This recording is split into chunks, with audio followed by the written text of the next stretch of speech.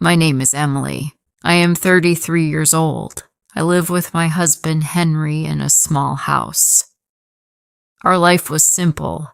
It was happy, but for many months, I did not feel right. I was always tired. Waking up in the morning was hard. My body felt heavy, like I had not slept at all. Henry was very worried. He was a kind man. He looked at me with sad eyes and said, "Emily, you need to see a doctor. I am worried about you." I told him it was just stress. I worked in a big company and sometimes it was busy. I just need more rest, I said. But he did not agree. He said, "No, this is not normal. Please, for me, let's go to a doctor." He found a new doctor for me. His name was Dr. Milton. Henry said his friend recommended him. He said Dr. Milton was the best. Henry took a day off from his work to come with me. He held my hand in the car and said, "Everything will be okay. We will find out what is wrong." Dr. Milton's office was very clean. It did not feel like a normal doctor's office. It felt expensive. Dr. Milton was a tall man with a serious face. He asked me many questions. "How long have you felt this way? Do you have any pain?" I answered all his questions. Henry sat beside me, listening to every word. He looked more worried than I was. Then the doctor checked me. He listened to my heart. He checked my blood pressure. After about 20 minutes, he sat back in his chair. My heart was beating fast. Henry held my hand. At last, Dr. Milton looked up. He smiled and said, "Mrs. Henry, I have good news. There is nothing wrong with you. You are perfectly healthy." I could not believe it. "Healthy?" I asked. "But I feel so tired all the time." He nodded. "Yes, I understand," he said.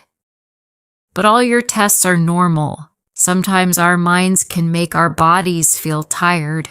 You are just stressed. Perhaps you need a vacation." I was so happy. I smiled at Henry. He smiled back, but his smile was a little strange, but I was too happy to think about it. "Thank you, doctor," I said. "Thank you so much. I was not sick. I was just stressed. That was an easy problem to fix." We stood up to leave. Henry said, "Thank you, doctor. You have made us very happy." We walked out of the office into the waiting area. Henry said to me, "Emily, wait here for one moment. I forgot to ask the doctor about the payment." I nodded and sat on one of the chairs. The door to the doctor's office was a little open. I could see inside his office. I saw Henry go back inside. He did not say anything. He just reached into his coat pocket and took out a white envelope. He gave it to Dr. Milton. The doctor took the envelope and quickly put it in his desk drawer without looking inside. Then Henry turned and walked out of the room, closing the door behind him. He came back to me smiling. "Okay, let's go," he said. I was confused. An envelope full of money. Why? Why would my husband give the doctor an envelope full of money after our appointment? The receptionist was at the front desk. People usually pay there. They pay with a card or cash, and they get a receipt. But Henry gave him a secret envelope. On the car ride home, I was quiet. The happiness was gone. Henry was talking happily. "I feel so much better, Emily. I was so worried. Now we know you are fine. We should plan that vacation the doctor talked about. Where do you want to go? The beach or the mountains?" I looked at him. "Henry," I said, "why did you give the doctor an envelope?" He stopped smiling. "What are you talking about?" he asked. "I saw you," I said. "You went back into his office. You gave him a white envelope. It looked like it was full of money." He was quiet for a while. Then he said, "Oh, that? It's nothing to worry about. Dr. Milton is an old friend of a colleague. He has some financial problems. I was just helping him out. It was a loan. A loan to a doctor with a fancy office. It did not make sense." "A loan?" I asked. "Why would you give a doctor a loan in secret right after my appointment?"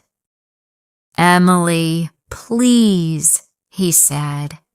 "It's a private matter. He is embarrassed about his problems. I promised I would not tell anyone. Can we please just be happy that you are healthy? Let's not spoil this good day with silly questions." Silly questions. He called my questions silly. I felt angry, but also confused. Henry had always been honest with me. I wanted to believe him, so I said, "Okay," but in my heart, I was not okay at all. The next few weeks were strange. I tried to be happy. I tried to believe I was healthy. I told myself the doctor said you are fine. Henry said it was a loan. Stop thinking about it. I went to work. I smiled at customers, but I still felt tired. One afternoon, I was working on the computer. I suddenly felt very dizzy. The world turned black for a second. My head hit the desk. My boss, a kind old woman named Mrs. Darcy, ran over. "Emily, are you all right?" she asked. "Yes, I think so. I just felt a little dizzy." She looked at me, worried.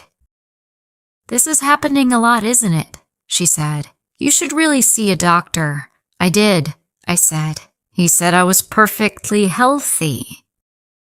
She said, "Well, perfectly healthy people don't almost faint in office. Maybe you should ask another doctor." Another doctor. It meant I did not trust my husband. It meant I did not trust Dr. Milton. But Mrs. Darcy was right. What was happening to me was not normal. That night, I told Henry about what happened at work. "Oh, my poor Emily," he said. "You are working too hard. The doctor said you need to rest. Maybe you should take some time off." He was so caring, so loving, but his answer was always the same: rest. He never told me to see another doctor. He never thought that Dr. Milton could be wrong. One evening, Henry was in the shower. His phone was on the table. It buzzed with a message. I never looked at his phone. I trusted him. But that night, I picked up his phone. The message came from a number saved as Dr. Milton. It said, "The next payment is due next week. Please don't be late." Payment, not a loan. My heart began to beat fast. He had called this number many times. My hands were shaking. Henry came out of the bathroom. He said, "Everything okay, honey? You look pale." I said, "Yes, just a little tired." That night I could not sleep. What was happening? Why would Henry do this? Was he trying to hurt me? Did he want me to be sick? The next day, I knew I had to do something. I remembered what Mrs. Darcy said. Another doctor. I did not tell Henry. I found a women's clinic in the next town. I told Mrs. Darcy I was taking a sick day. I took a bus to the other town. I was very scared. What if this doctor also said I was healthy? Then I would know for sure that I was going crazy. The clinic was busy and very different from Dr. Milton's office. The doctor was a woman named Dr. Lauren. I told her everything about the tiredness, the dizziness, the headaches. When I finished, she looked at me and said, "It sounds like you have been going through a very difficult time. We will solve this together." Dr. Lauren did blood tests and other things I did not understand. She said, "I don't want to scare you, but you don't look okay. We must check carefully and make sure it is not something dangerous." It took a few days for the test results to come back. I went to work and acted like everything was normal. Henry was nice to me. He cooked my favorite dinner. He said, "See, you are feeling better, aren't you? A little rest is all you needed." I just smiled and nodded. Finally, the day came to get my results. I took the bus to Dr. Lauren's clinic. I walked into her office. Dr. Lauren was not smiling. Her face looked serious. She asked me to sit down. My whole body was shaking. "Emily," she said, "we got your test results. You are not healthy. You have an illness. It is a problem with your brain. That is what makes you feel tired." I was not crazy. I was sick, she continued. "The illness is serious, but the good news is we can treat it. There are medicines that can help control it. People with this illness can live normal lives, but treatment should have started much earlier. It looks like you have had this for at least a year. Why didn't your last doctor see this?" I told her about Dr. Milton. I told her about Henry. I told her about the white envelope full of money. "He did what?" she said. "He told you that you were healthy and your husband paid him. That is not just wrong, Emily. That is illegal. He put your life in danger." My husband, the man who promised to love and protect me, paid a doctor to lie to me about a serious illness. He watched me get sick every day. He told me I was crazy. Dr. Lauren said, "You need to report Dr. Milton. And you need to be very careful, Emily. I don't know why your husband did this, but it is not what a loving husband would do." I was shocked. I knew the truth now. I took the bus home. I did not cry. When I got home, Henry was in the kitchen. "Hi, honey. How was your day?" he said. I walked over to the kitchen. I put Dr. Lauren's notes in front of him. I did not say a word. He looked at the papers. His face went white. "I know," I said. "I know everything, Henry." He put his head in his hands. "Emily, I can explain." "Explain," I said. "Explain what?" "Explain why you paid a doctor to let me get sick. Explain why you lied to me every single day. Explain why you made me think I was losing my mind. What is there to explain?" He began crying. "I was scared," he cried. "I was so scared, Emily." "Scared of what?" I said.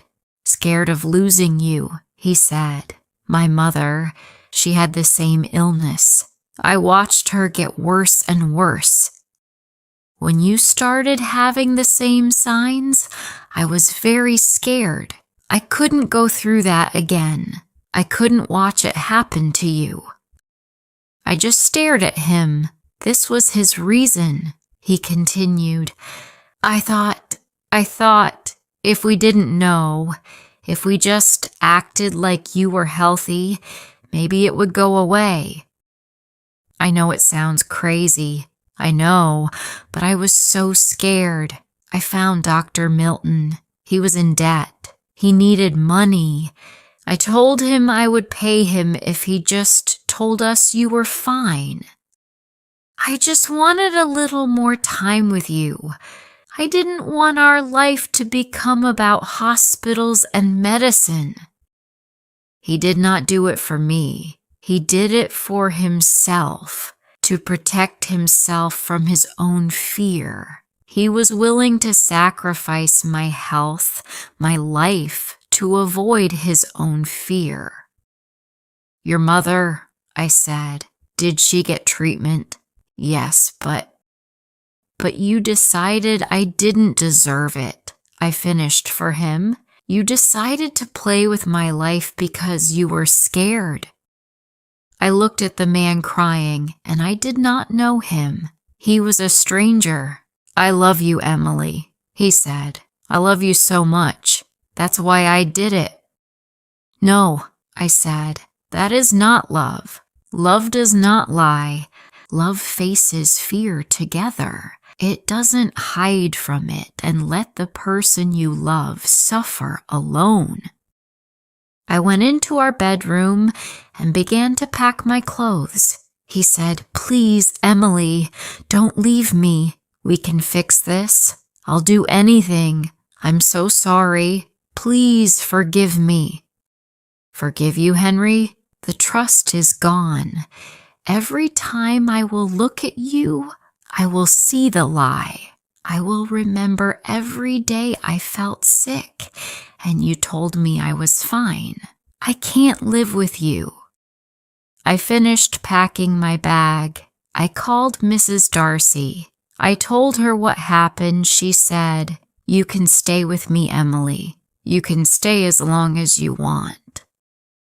I opened the door and walked out of the house. I did not look back. Soon I filed for divorce from Henry.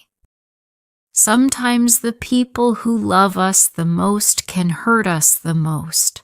True strength is not ignoring problems. It is facing them, even when you are scared.